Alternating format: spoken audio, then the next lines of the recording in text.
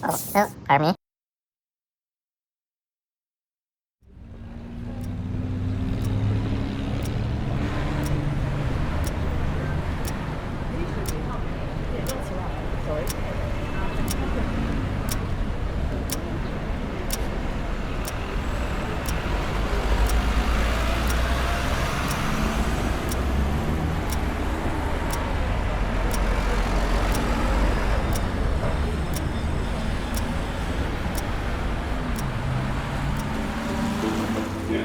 Yeah, I'm coming in now. I'm coming in. Here he is. Oh. Complete with a smile. Yeah. Okay?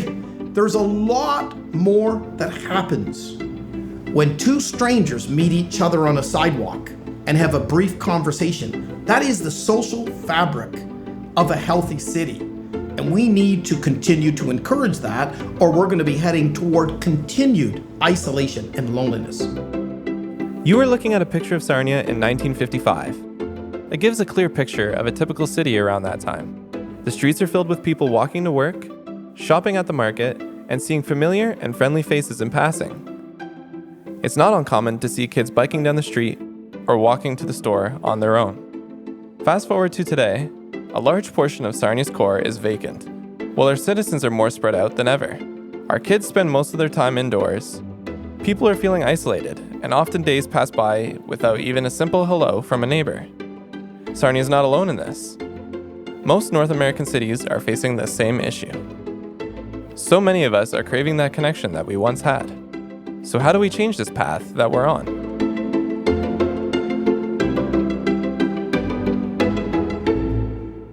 Historically, cities were designed to be walkable with compact, densely populated neighborhoods and a mix of residential, commercial, and industrial areas. Streets were narrow and often lined with buildings built up to the sidewalk, creating a sense of enclosure. There is continuous walls on both sides of Christina Street, and the width of the street and the height of the walls are equal to the same proportionate size as your living room. So as a human, you feel safe and enclosed on Christina Street. Pedestrians would walk or cycle safely without the need to remain vigilant of car traffic. Storefronts would often be chained together and could easily be gazed into from the sidewalk. Every neighborhood would have a school, grocery store, and other basic amenities within a walkable distance. Residents on their daily routes would regularly encounter and interact with their neighbors. People in the old world lived healthier and more social lives. In 1886 came a German man who would revolutionize this world. Carl Benz invented the first gasoline-powered car. However, privately owned automobiles were very expensive, and only a few of the elite class would be able to own one. It wasn't until the early 20th century that the automobile began to gain widespread popularity. Public transportation such as streetcars and buses were also integrated into the urban fabric, making it easy for residents to get around without a car.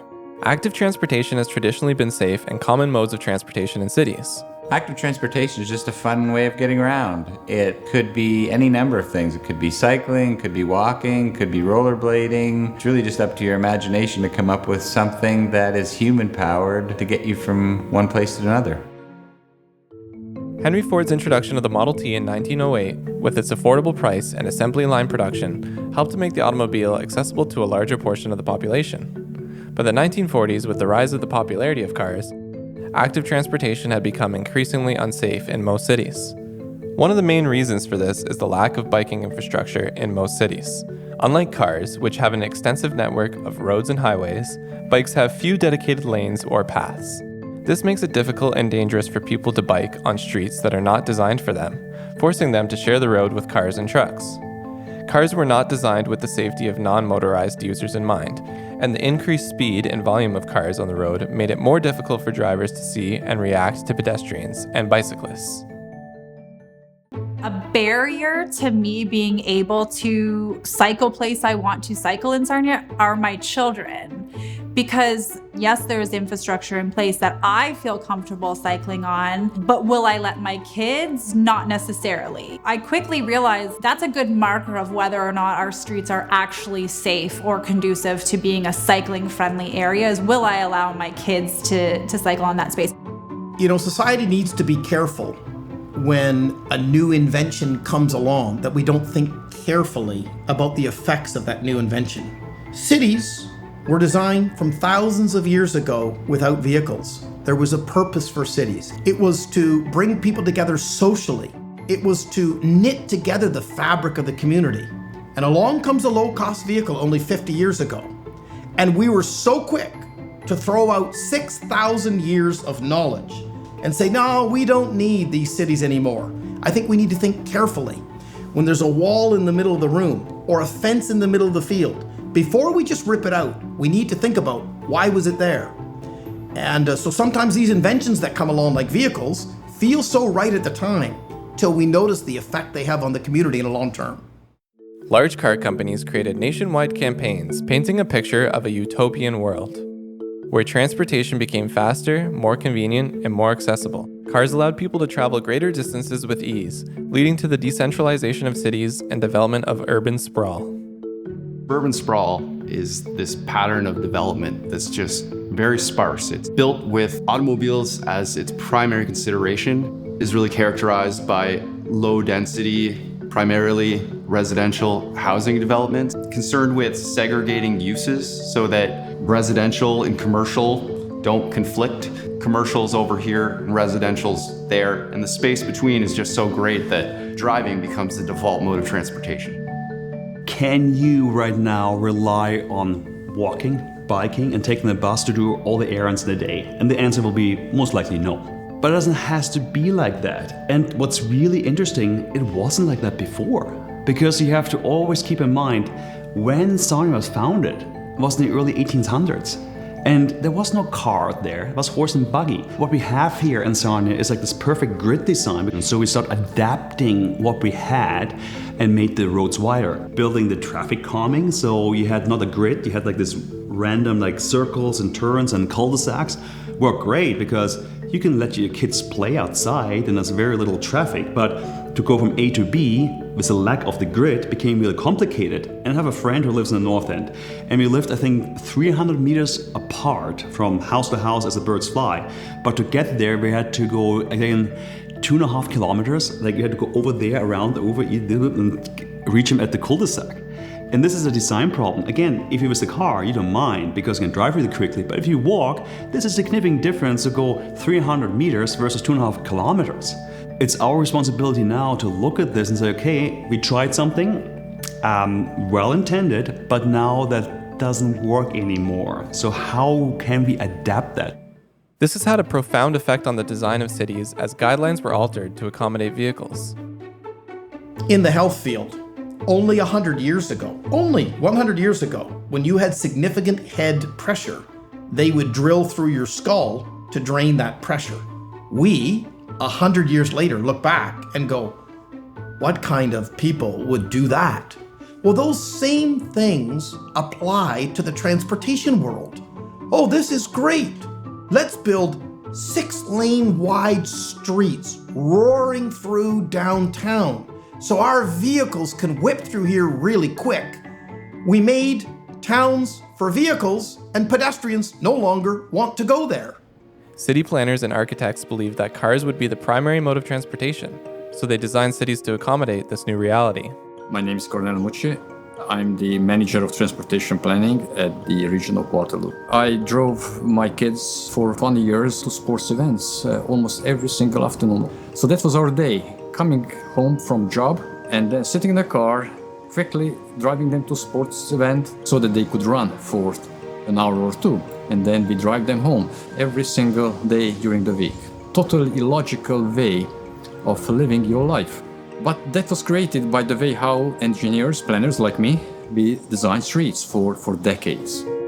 Because as cities do expand, residential streets filter onto secondary roads, which filter onto arterials. And it can only accommodate so much growth before bottlenecks start to develop and congestion begins.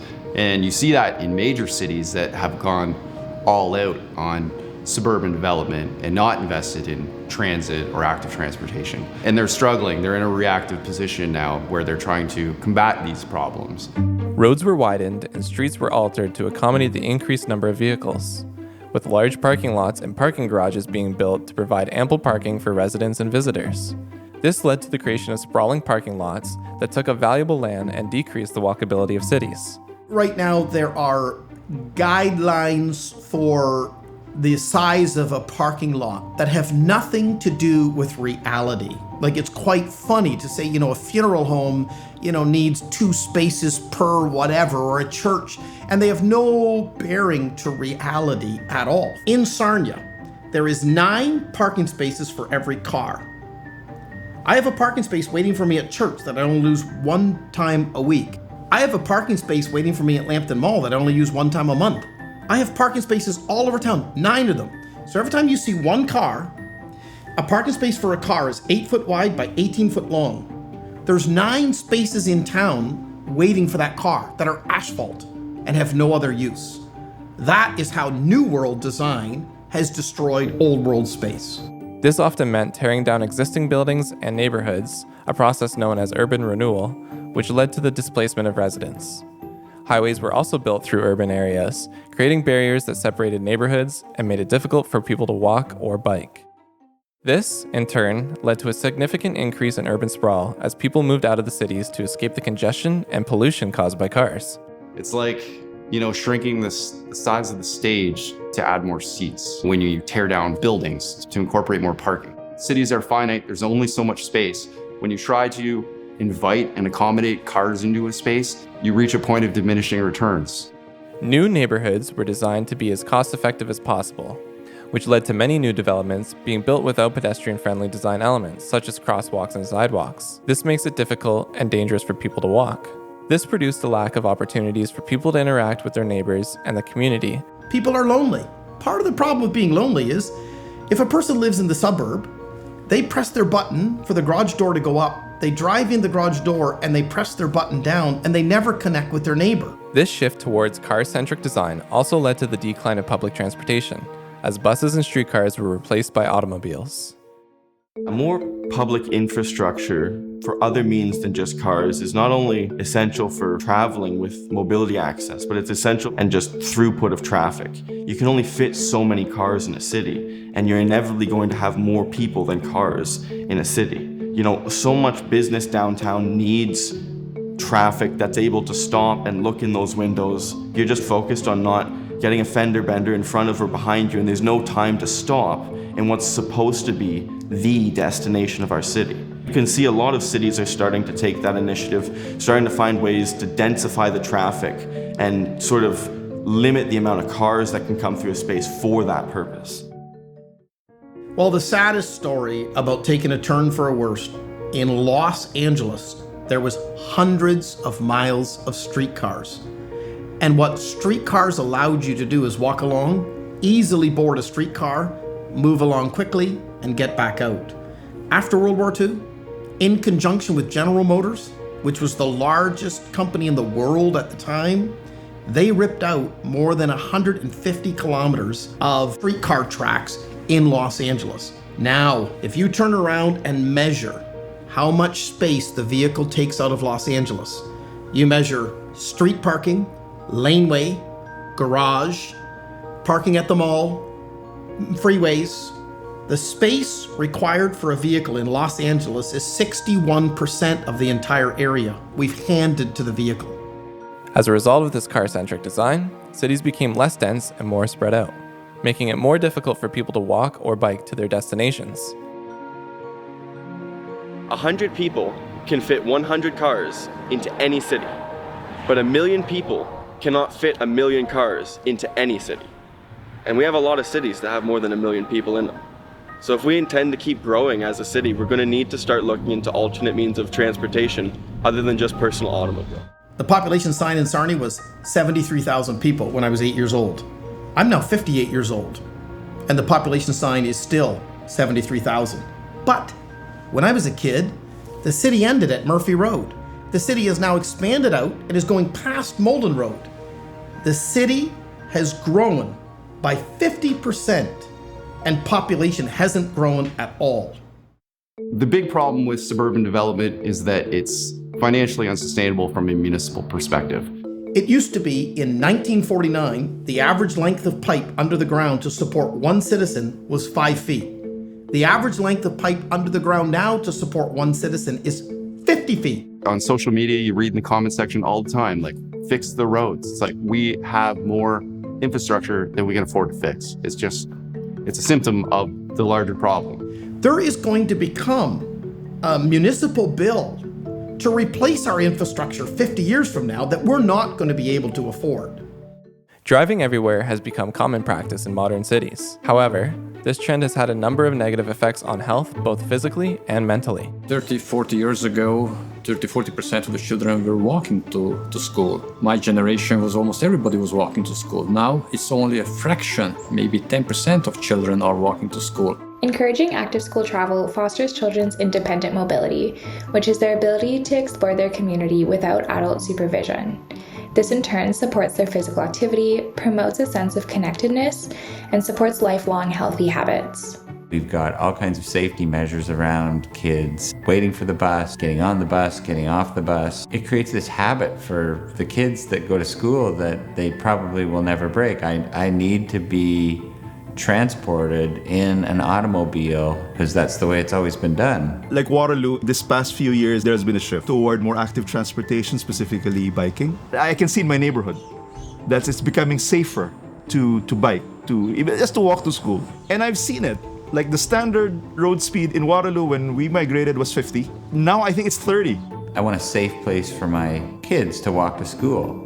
I'd love to have that community exist where I can walk or ride my bike to school, or my kids can walk or ride their bikes to school. But at this point, I'm not sure I feel that it's safe enough. I would ask us to think as parents and people guiding our children, would it be quicker and easier or equal in terms of time just to do this trip to school or this trip to the bank by bicycle or by walking? And we would be surprised how many times it would actually work out that you actually can save time by taking an active trip. You know, I bank up here at TD Canada Trust. If I get in my vehicle and drive out Conestoga and wait to pull onto Finch and then wait for the light to turn left till I go on London Road, or I can hop on my bike and be up this trail and in TD Bank quicker than a vehicle. Sarnia, if you just look on the map, like you roll out the city map and look at this, like, wow, this is just like, geography couldn't be any more perfect, right? Everything was in 15 minutes. The only thing is that once you're on the road level as a bicyclist or a pedestrian, things don't line up, because where the potential is, there's not the infrastructure. However, I always say like this, the land there, the road is public land. And how we divvy it up, like how much sidewalk we have, how much boulevard we have, how much roadway we have, we always can change it around. So we can make the slices a little bit differently. It's all done, like the blueprints exist already. And it would be so easy to implement here in Sarnia. So I'm going to acknowledge that during my business years, I wasn't even hardly looking. I was a commuter cyclist, and I would bike right down London Road without a lane. I had no fear. In a snowstorm where only one lane would be plowed in the middle, I would bike right in the middle. Cars would be shooting the finger at me, like, what is this guy doing this? So to me, I wasn't even looking at cycling infrastructure. However, now that I'm in this business of looking closer at our city, I realize I'm abnormal. The majority of people are more concerned and should be concerned for safety. Widened roads, large parking lots, non-existent sidewalks, and sprawling suburbs. Our cities have become congested, polluted, and dangerous. Our city centers became deserted and filled with empty buildings. It feels like auto-centric design is a non-reversible, one-way street. It takes people to make the change that they want to see. Healthy, active, connected. That's the mission of New Sarnia. New Sarnia is a community organization led by residents in the community who are passionate about creating a healthier, more active, and socially vibrant community. So New Sarnia, you'll notice, is spelled small n, lowercase u, and then the full-blown Sarnia. Why wouldn't we spell it as N-E-W? Because that's really what we're aiming at, is a new design for Sarnia. N-U, it is short form for new urbanism. We're not going to be a 100% walkable city. That was prior to World War II. We're not going to be a 100% vehicular city. That was after World War II. We realize vehicles are here to stay. They need to be.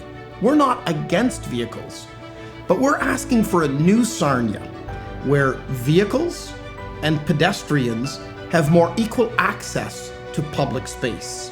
I love Sarnia. I love the potential here.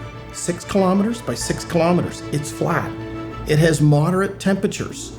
It has a high probability of becoming a city that would be superbly easy to get around with active transportation.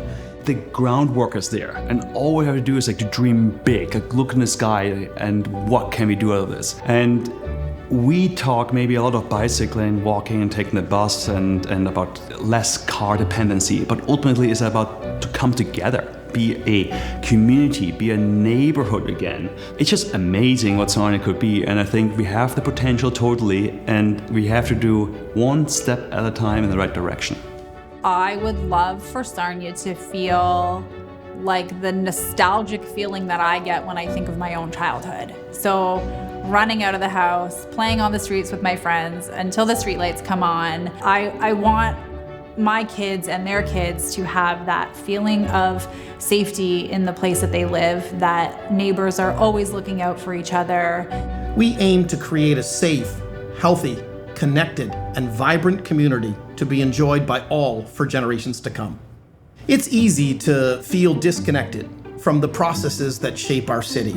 There's political will, there's indecision. All of the city staff, all of the elected officials, they're all residents of Sarnia too, right? Like they all live here, they all have families here, they're all going to stay here for years and years, and so they want to see what we want to see too. Their approach just is different than ours. We're a grassroots organization, so we can just pick up and, do a project. We just want to do the quickest thing, the smallest thing. What can we do right now that would be a change in the right direction?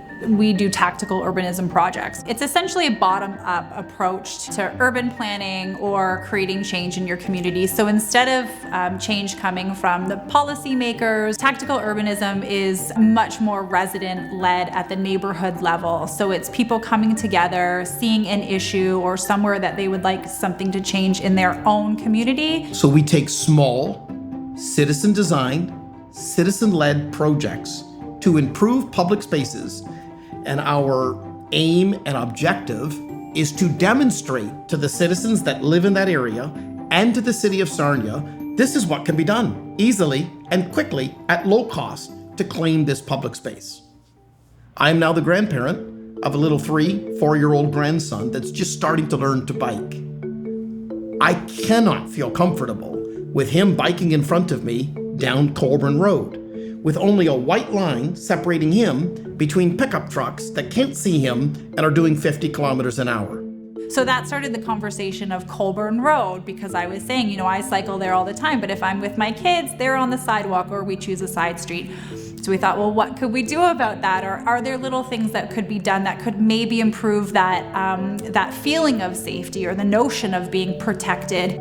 So an example of a citizen-led tactical urbanism project would be for New Sarnia Foundation and its team to move in and install vertical pedestals that delineates the bike lane from the vehicle lane. And when my little 5-year-old grandson is biking, that vertical delineation will prevent him from heading in the direction of traffic. So this is our first event. We knew going into it that it's imperfect action. That's kind of our approach, right? We'll take action. We know it's not perfect. We'll do the best that we can, and we're going to learn as we go. So we learned some great lessons here today. I would consider it a great success. We learned some lessons for next time. We built some great relationships. As we progressed down Colburn Street, the residents along the street and neighbors came out. They talked to each other. They talked to us. Well, I think this is great. I mean, my daughter lives in the area. My grandkids use this lane. This really kind of highlights what it should be. So I think it's a great idea. Quite amazed that we saw the very good markings to make it very clear where people can ride the bike, and also for motorists that they see where they should stay away from. I've seen a little bit of parking in the bike lanes, and by having the blue markings it definitely will make it very clear that's not the parking area. And that's one of the things that we have to get people used to, is giving up the road to the bicycle and making it safer for the bicyclist. To get away from the reliance on the automobile is one of the big things. That's not going to happen anytime soon. But the thing is, we have to look forward to doing that. We're starting to build roundabouts here. You see them right across Ontario. You see a lot of stuff. I was just in Ottawa last week. Some of the side streets have got bump outs so that to restrict the movement of traffic, to make it slower, speed bumps. The things that we're doing here is to make it safer for pedestrians, cyclists, and even car drivers too. So. Taking action and getting the attention of people is the best way to get to the end goal, before it's too late. The Blue Lane project was just the first action taken by New Sarnia. You can trace the roots of their follow-up event to Los Angeles, Parking Day. These events are just the start of transitioning away from auto dependency and moving into a more sustainable, healthy, and connected future.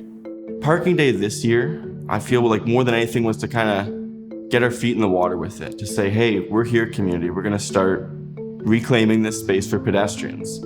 I feel like Parking Day's goal was to showcase what you could do with the space. It almost felt like small, isolated incidences of art walk for a day. I felt like the people that were just going about their lunch, they'd see it and they'd ask about it. They're like, oh, what's this? Why is this parking spot in front of the restaurant I like to go to? Why is there chalk and, you know, a table set up? Why are there plants here? Why are there kids playing a game? You know, it's I think it's to get the mind moving, like, oh, maybe we could have a little parkette here. Maybe we could, you know, use this space for something other than a bunch of slanted parking. So we at New Sarnia Foundation think it's critical, paramount, important that the generation behind us feels more comfortable cycling. You might ask me, hey Ben, why did you cycle to work for 40 years? My father came from the Netherlands. That's all he ever drove, was a cycle prior to arriving in Canada. So it was just natural for him to encourage us to get on cycles.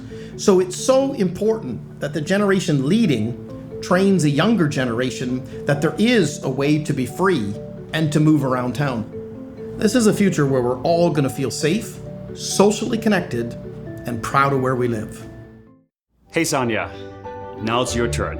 There are so many ideas out there, and I'm really sure you have a great idea. Something how to make your neighborhood, your street, your quarter, your corner of a city, whatever, how to make it better.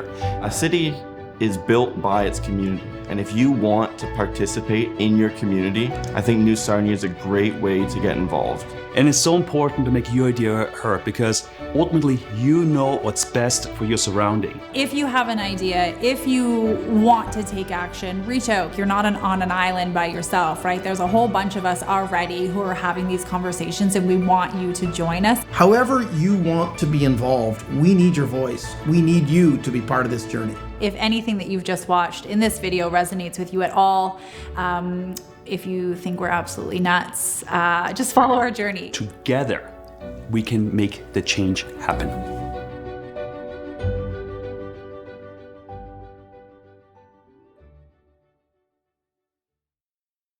Okay, good. Guys, you're feeling good? Great. Now listen, pack up your shit. Like riding a bike, just you and I down a long back road, your brown hair blows. I can't say, I'm like, what are you talking about? I can't say that with history. This bike I have since I was 16. There are thousands and thousands of kilometers on this bike, in Germany as well, here in Canada. And if I think about it, this was the best investment ever. This is my bike, I love it, and I will keep on using it till it dies. I think it will never die. How many minutes is each one of the 3 segments going to be? 8 to 10 minutes. Okay. Shit, that's a lot of. Jake, can you do it again? That's a lot of video. Hey Jason, Hey, what's up? has this documentary inspired you to bike more? Oh yeah, check this out. How fast can I go? How fast can I go?